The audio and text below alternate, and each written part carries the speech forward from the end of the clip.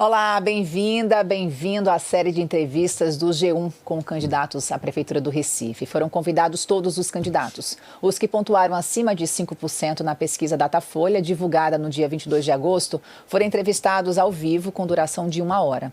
Os que não atingiram 5% tiveram entrevistas gravadas com duração de 30 minutos. E a nossa convidada de agora é Dani Portela, candidata do PSOL, Partido Socialismo e Liberdade. Nossa conversa vai ficar disponível na íntegra, tanto em vídeo quanto em áudio, no G1, no Globoplay e nas plataformas de áudio. Candidata, seja bem-vinda, é um prazer recebê-la. Olha, é um prazer enorme estar aqui conversando sobre um tema tão importante para a vida do povo na nossa cidade, sobre eleições.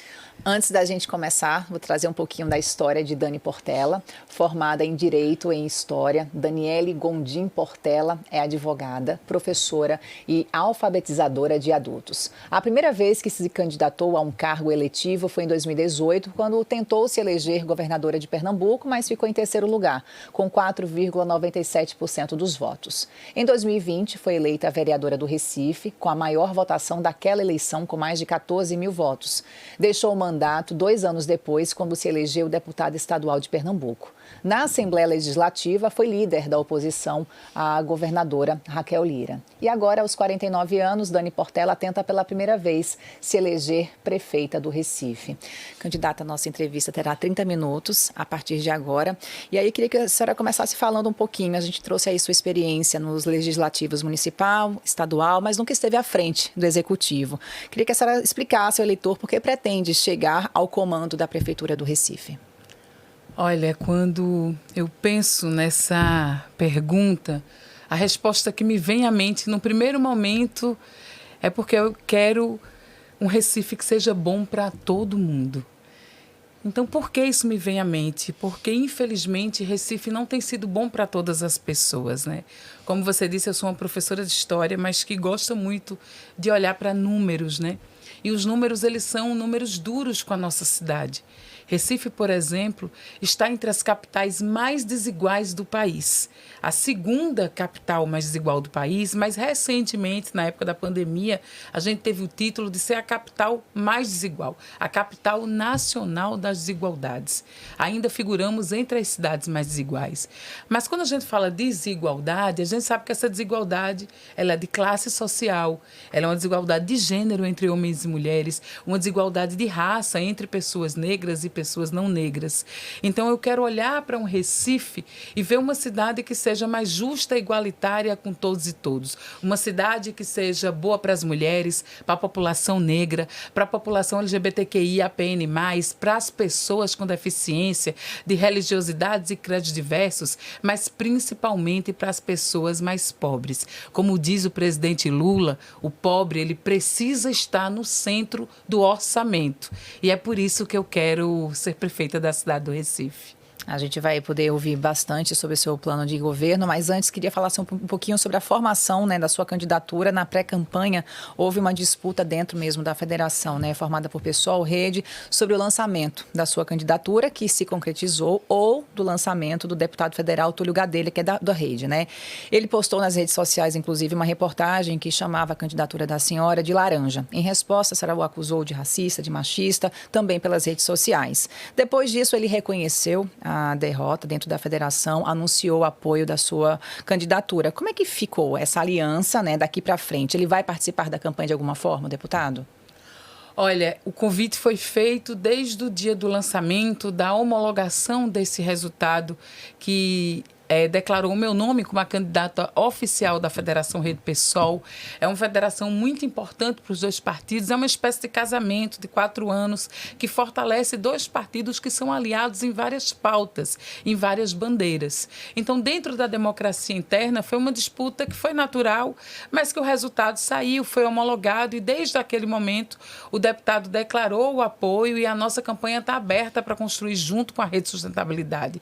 Hoje a gente tem uma chapa que está coesa, com candidatos que têm a nossa cara. A gente tem convidado a Rede e o PSOL para apresentar um programa para a cidade que tenha a cara da gente. E o deputado Túlio está nesse processo junto conosco também. Ele tem participado, tem contribuído. Junto com a chapa da Rede, a gente tem somado esforços, né, para ser esse casamento que é a Rede e o PSOL unidos para disputar não apenas uma eleição, mas o projeto da cidade que a gente quer.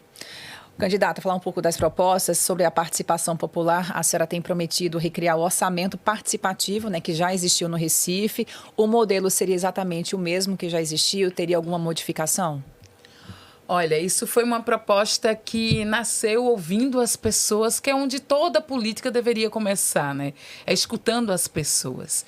Nós construímos a pré-campanha fazendo debates programáticos, porque para a gente, um plano de governo não é apenas um documento obrigatório que você vai registrar no Tribunal Regional Eleitoral, que é obrigatório para as eleições. Inclusive, quando a gente se debruça sobre o programa de muitos candidatos, é meio uma espécie de Ctrl-C, Ctrl-V de eleições passadas.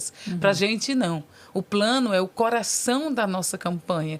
E a gente construiu isso com plenárias. Foram 18 encontros distribuídos entre plenárias temáticas de sujeitos e sujeitas prioritários para as políticas públicas, com o mote de redução de desigualdade. Isso é o eixo que norteia todas as nossas propostas, e também encontros territoriais. Nós passamos por todas as RPAs. E nesses encontros, isso fortalece a democracia participativa, né? Então, a retomada do orçamento participativo é uma retomada real de a prefeitura e a gestão voltar para os territórios e ouvir olho no olho. Foi uma política de muito sucesso do melhor prefeito que a cidade já teve, o prefeito João Paulo, do PT, em gestões que nós nos envolvemos muito de dizer para onde a gente quer que o recurso vá. Agora a gente quer aprimorar essa política, escutando as pessoas. À época, tinha um percentual do orçamento menor. A gente quer ampliar. Chegar a quanto? A gente quer... A chegar gente pretende chegar ao limite que for discricionário de todas as despesas que o gestor pode escolher.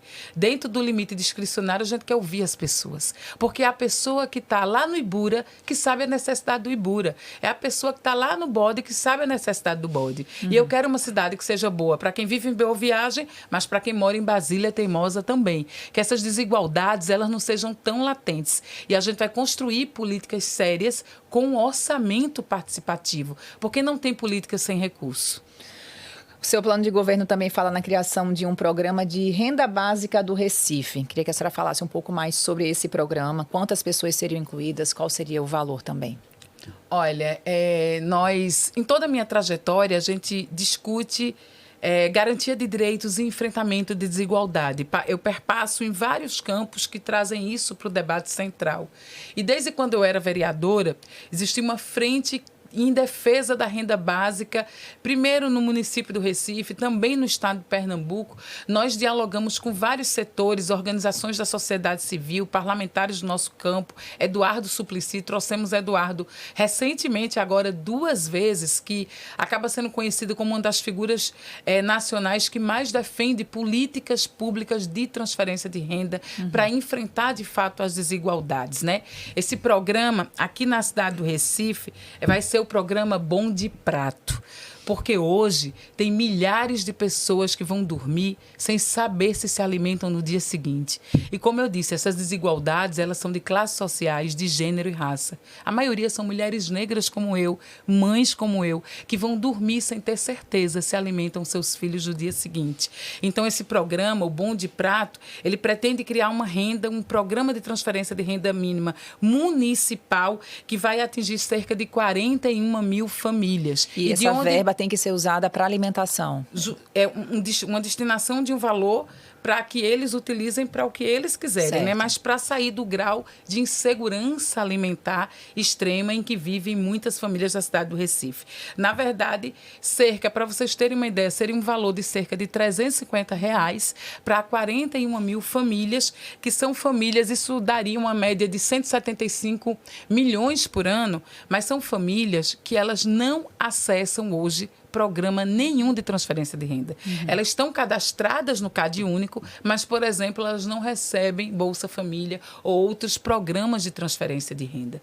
Agora, na pandemia, recentemente, nós passamos por um dos períodos piores da nossa história e que muita gente dizia, está todo mundo no mesmo barco, é o barco da pandemia do Covid-19. E a gente sempre disse não, está todo mundo no mesmo mar, mas em barcos muito diferentes. Uns atravessaram em iates, em lanchas e outros em botes e milhares afundaram.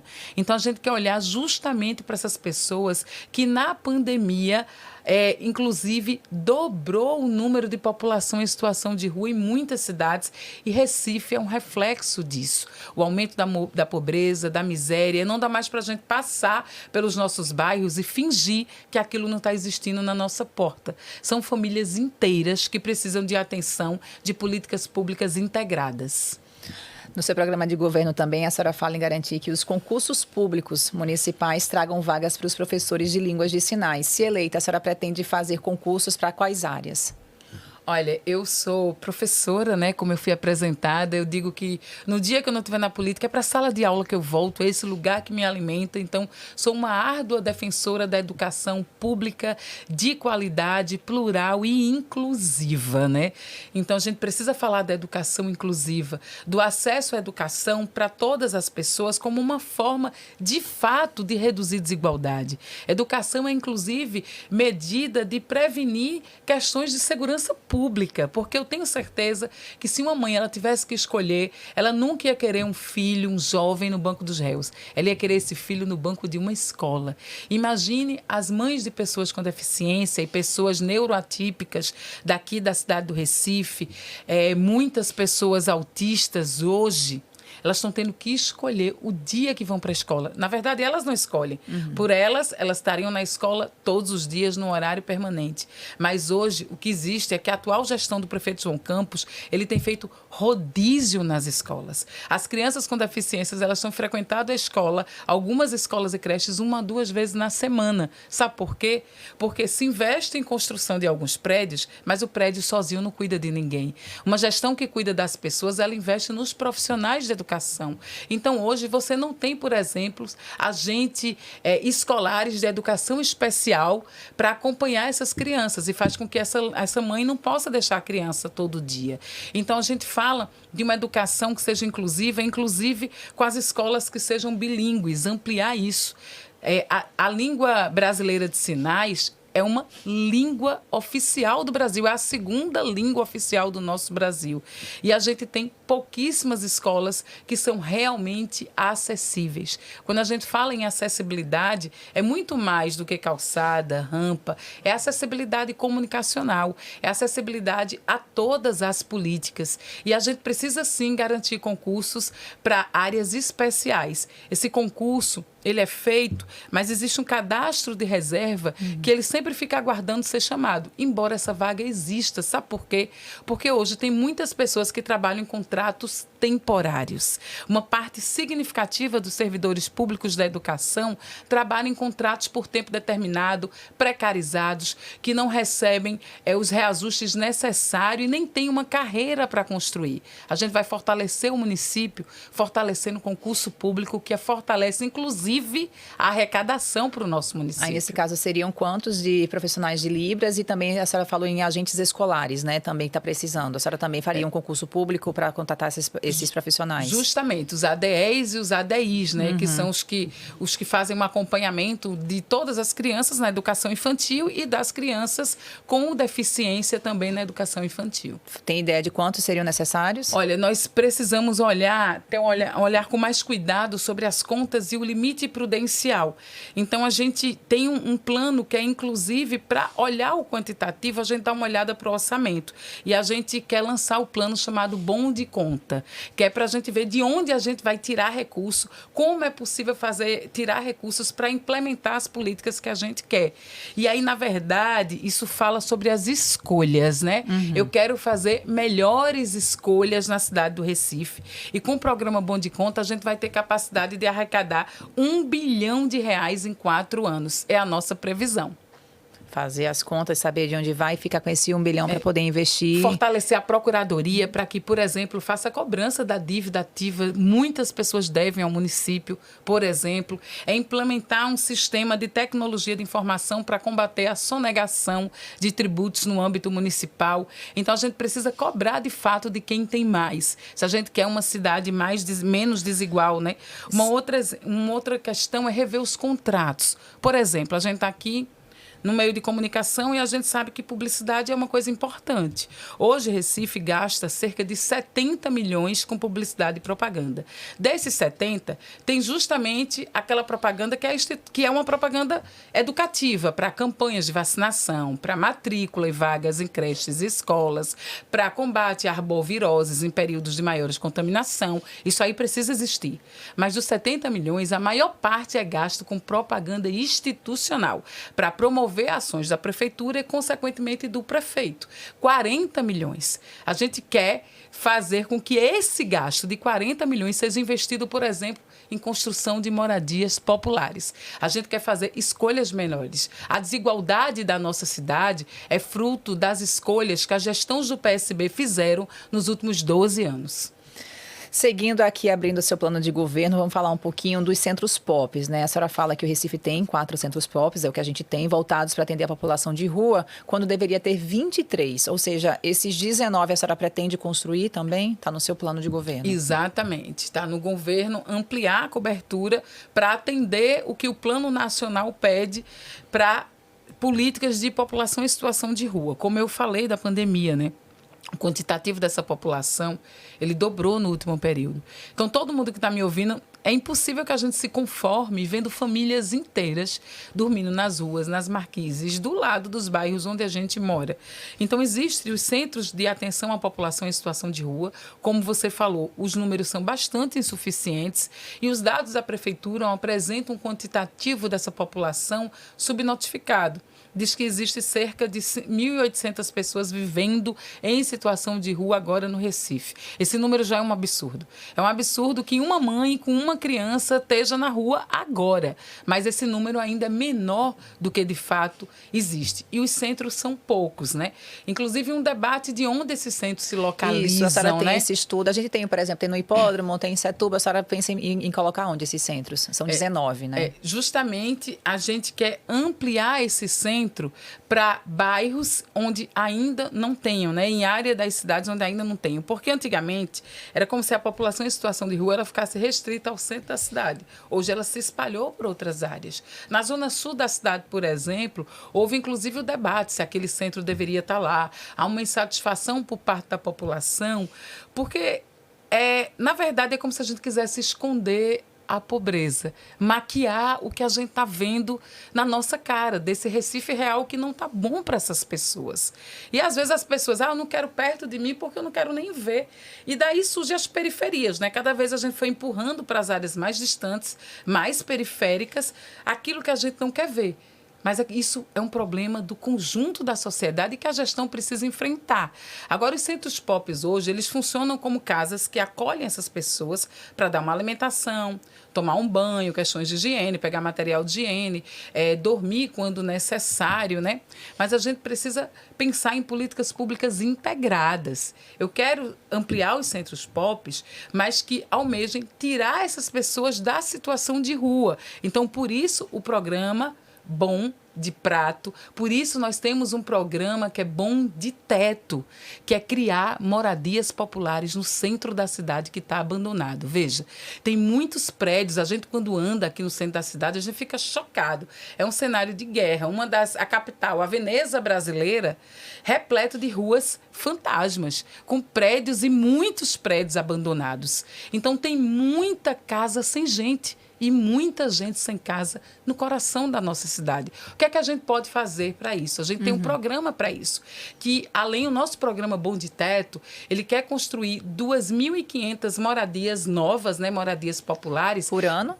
2.500 não tem como ser por ano, né? Inicialmente seria 2.500 nos 4 anos. Mas a gente tem como, nos 4 anos também, requalificar e reformar cerca de 5.000 imóveis, preferencialmente no centro da cidade, para uso e moradia popular. Qual seria o critério? Imóveis que hoje, prédios abandonados inteiros, que hoje o valor em dívidas é maior do que o valor venal. Então, que não cumpre a função social da propriedade prevista na própria Constituição. Então, recentemente, o prefeito João Campos disse que ali era propriedade privada e a proposta dele era fazer o quê? Era simplesmente tirar esses tributos. Não, a proposta é o inverso disso. É cobrar de quem tem mais para fazer justiça social. Mas nesse caso, então, seria cobrar essa dívida ou como seria feita a desapropriação desses imóveis? Olha, toda a legislação já prevê que essas dívidas elas podem ser executadas. Esses imóveis têm um valor em dívida maior do que o valor de avaliação do imóvel. Inclusive, né, isso seria o nosso programa Bom de Teto, né? A gente tem que justamente ver que são 43.000 imóveis na cidade do Recife que hoje estão abandonados. Isso é um dado ainda antigo. É segundo um censo que é de 2010, mas 2 organizações da sociedade civil, com muito respeito, que atuam nessa área, que é a FASE e Habitat para a Humanidade, levantam dados mais atualizados, de 2018, 2019, que tem muitos imóveis abandonados. E o que é que a gente vai fazer com eles, né? A minha proposta é que a gente dê teto para quem mais precisa. São as escolhas. Porque ali é propriedade privada. Mas, por exemplo, o prefeito João Campos nos perguntou sobre isso quando recentemente entrega a Ponte do Monteiro e que, para aquela ponte ser construída, foram mais de 300 famílias que perderam sua casa. E que pessoas, inclusive, chegaram a falecer, ter ataque cardíaco pelo desgosto. Moravam ali há mais de 20 anos. Indenizações irrisórias, R$10.000, R$20.000, para saírem do local onde elas sempre moraram. Então, ali é uma propriedade que parece que não interessa para a atual gestão. A gente quer fazer escolhas melhores, como eu tenho dito. E as escolhas melhores vai ser governar para quem mais precisa, para o Recife não ser uma capital tão desigual. Só para fechar esse triângulo que a senhora falou aí da desigualdade, a senhora falou do Bom Prato, que é a renda básica, falou na habitação, e para empreender, para que essas pessoas possam ser inseridas no mercado de trabalho. A senhora tem algum programa, algum projeto no seu programa de governo? Nós temos que falar com urgência de geração de emprego e renda, né? Mais uma vez, os dados em relação a isso do Recife são dados bem duros, né? Hoje, mais uma vez, a gente está em segundo lugar. É a segunda capital mais desigual, mas é a segunda capital com a maior taxa de desocupação. Isso entre todas as capitais do Brasil. O que significa isso, né? Se a gente faz um recorte etário, a maioria são jovens, entre 18 e 24 anos, que não têm acesso a trabalho. Se a gente faz mais um recorte e a gente olha para o gênero, raça e escolaridade, o rosto do desemprego é um rosto de uma mulher negra de baixa escolaridade, se a gente olha para esses dados. Então, não dá mais para falar em investimento em política pública sem pensar urgentemente em como gerar emprego e renda. E aí vou falar de uma população bem específica. A gente vai ter programa para toda a população para ampliar a geração de emprego. Hoje, quase a metade da população do Recife vive da informalidade do trabalho. São pais e mães de família que saem de manhã para garantir o que vão comer à noite. Então, a gente precisa de políticas que favoreçam isso. Então, vou te dar 2 exemplos. Por exemplo, a gente quer trazer para Recife o que deu certo em outro lugar, né?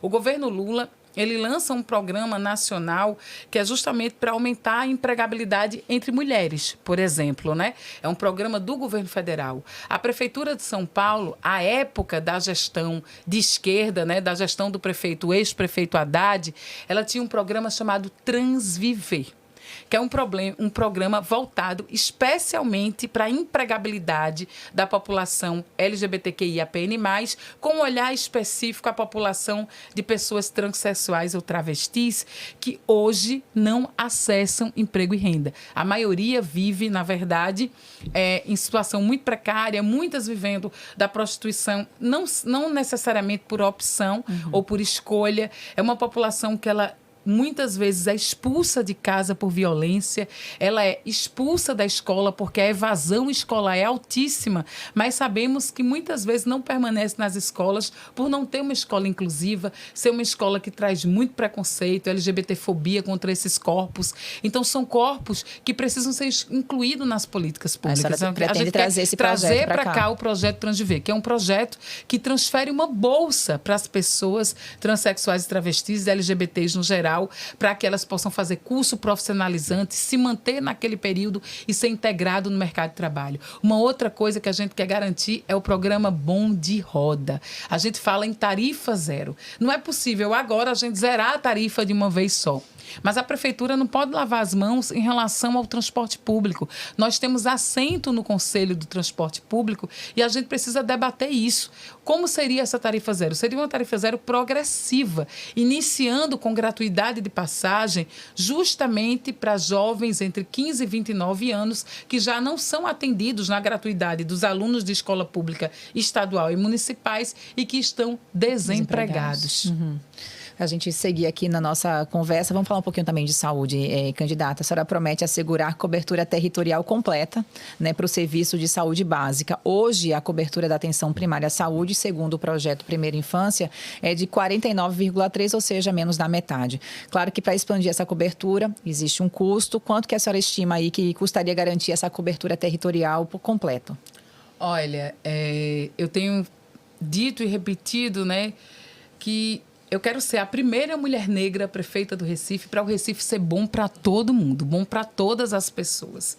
E na saúde, o que é que aconteceu recentemente, né? Hoje nós temos cerca de 145 unidades de saúde da família, que faz esse serviço fundamental, que é da atenção primária à saúde, da atenção básica à saúde. E dessas 145 unidades de saúde de família, existem cerca de 50 com SF+, né, que é a Unidade de Saúde da Família Mais. Que o que é que garantiu? Ampliou o horário de atendimento. Isso é o grande carro-chefe da gestão do prefeito João Campos, mas que, mais uma vez, ele aprofunda algumas desigualdades. Por quê? O horário antes de atendimento era um horário de 8 às 5 da tarde. Ampliou o atendimento de 7 da manhã às 19 horas, mas não ampliou a cobertura. Então, isso é um grande gargalo na saúde. Como assim? Hoje tem rodízio na saúde. Então, João Campos virou o prefeito do rodízio. É rodízio em creche, porque não tem horário para todo mundo, não tem profissional para todo mundo. É rodízio na saúde porque estabeleceu que o bairro, por exemplo, A e B, ele tem que ir de 7 às 2. O bairro C e D tem que ir das 14 às 19. Então, no Recife, você tem que marcar a hora para ficar doente. Porque se você chegar fora do seu horário, você não é atendido. Então, supostamente ampliou o horário, mas não ampliou o acesso.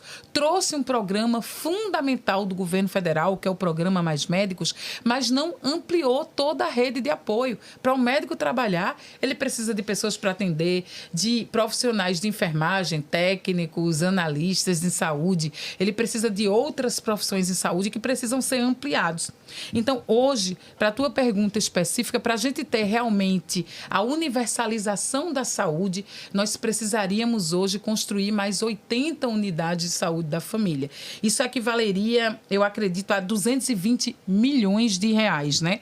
Então, a gente precisa pensar... A senhora acha que isso é possível em 4 anos de mandato? Com certeza. Veja, a gente teria como fazer parcerias com o governo federal, como já tem sido feito. O presidente Lula tem investido muito recurso em Pernambuco, no governo do estado, muitos recursos na prefeitura do Recife, porque Lula tem prioridade com o Nordeste. Só do PAC 2, né, o PAC da Saúde, a gente tem como vir recurso do governo federal e do nosso programa Bom de Conta. Mais uma vez eu digo, são as escolhas. Como eu dei o exemplo da propaganda, tirando 40 milhões da propaganda, são 160 milhões em 4 anos de propaganda institucional. para fazer imagem da prefeitura, da propaganda. Eu abriria mão integralmente para que esse recurso virasse teto para as pessoas, virasse creche para as mães, virasse posto de saúde para quem precisa. A gente tem de onde tirar o recurso. Agora a gente tem que fazer escolhas melhores. Vou aproveitar, a gente ainda tem 3 minutos, que a senhora falou de creche, queria que a senhora falasse aí em relação a quantas creches e pré-escolas a senhora pretende construir no seu mandato. A gente sabe que hoje tem uma fila, dados agora do mês de maio, tem 4.500 crianças à espera de uma vaga na creche aqui no Recife. Olha, a cobertura de creche no Recife, ela hoje atende a cerca de menos de 25% da população. Então, esse número é um número muito duro, né? Porque a gente não pode olhar para esse dado frio, né? São milhares de mulheres, muitas jovens mães, que não conseguem voltar a trabalhar ou estudar porque não têm onde deixar os seus filhos em segurança. Ou muitas vezes tem que tirar de um valor que recebe, que é mínimo, tirar um valor para que outra mulher cuide do seu filho. Então, isso é uma realidade hoje vivida, né? Então, nós precisamos universalizar o número de creches. Isso é uma coisa que é ideal. A gente não vai conseguir fazer isso em uma gestão.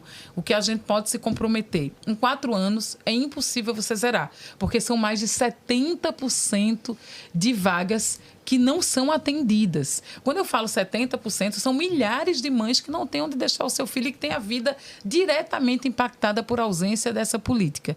Então, nós pretendemos universalizar essas vagas em creches, mas a gente pode assumir uma meta. A gente pode assumir uma meta de 50% dessas vagas. Então, isso já é uma coisa que é plausível, que é viável, mas o seguinte, mudando o modelo.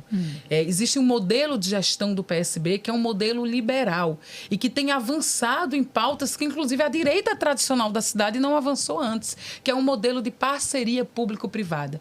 Então, tem se privatizado setores da saúde, setores da educação, até praças e parques públicos. A PPP na educação, por exemplo, tem destinado recursos públicos para a iniciativa privada. Então, a gente precisa pensar em ampliação com parcerias com o setor público, com recursos públicos. A gente não quer tirar essa vaga, mas a gente quer ir fazendo paulatinamente a gradação para que essa universalização ela seja pública, porque o que está acontecendo hoje é que muitas vezes essas parcerias funcionam de maneira precária. São escolas que estão funcionando e creches sem ter gestores, sem ter planejamento pedagógico, sem ter sequer pedagogos e pedagogas coordenando aquelas atividades, profissionais que recebem menos de um salário mínimo, não tem o piso da educação garantido, imóveis que não foram preparados e adaptados para receber criança. Então, nós precisamos ampliar a vaga, mas com qualidade.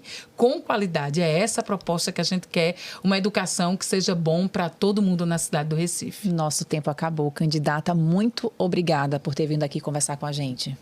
Eu agradeço o convite e convido você, pelo pouco tempo que nós temos na televisão, são só 30 segundos, a nos acompanhar nas redes sociais. É Dani Portela PSOL e lá eu posso aprofundar um pouco mais todos esses debates. Eu sempre trago essa flor é um símbolo de esperança, uma semente e a gente quer espalhar essas flores na cidade do Recife. Muito obrigada, candidata. Obrigada. Termina aqui mais uma entrevista do G1 com os candidatos à Prefeitura do Recife. E a íntegra das entrevistas vai ficar disponível no G1, no YouTube, no Globoplay e nas principais plataformas de áudio. Agora, os nossos créditos. A coordenação de Luísa Mendonça, a produção de Alice Albuquerque, Paulo Veras, Pedro Alves e Rafael Souza. Na coordenação de vídeo, Tatiana Caldas. E na direção de imagem, Marlo Vital. O técnico de sistemas é Gabriel Waine. Na captação de áudio, Eliel Silva. Os operadores de câmera são Anchieta Américo e Escandura. O assistente de estúdio é Careco Wave. A assistente de plataforma é Aline Cavalcante. O editor de mídia é Pedro Henrique. O videografismo é de Samuel Abílio. Os analistas são Gutenberg Sampaio e Laura Abreu. Os líderes de tecnologia são Alessandro Mendes e Gabriela Alencar. E os produtores de tecnologia, Hugo Marinho e Vitor Parente. A editora-chefe do G1 é Cláudia Croitor e o diretor Renato Franzini. Angélica Tasso é a gerente de jornalismo do Recife. Na direção de jornalismo da Globo, Miguel Ataíde. Diretor responsável, Ricardo Vilela.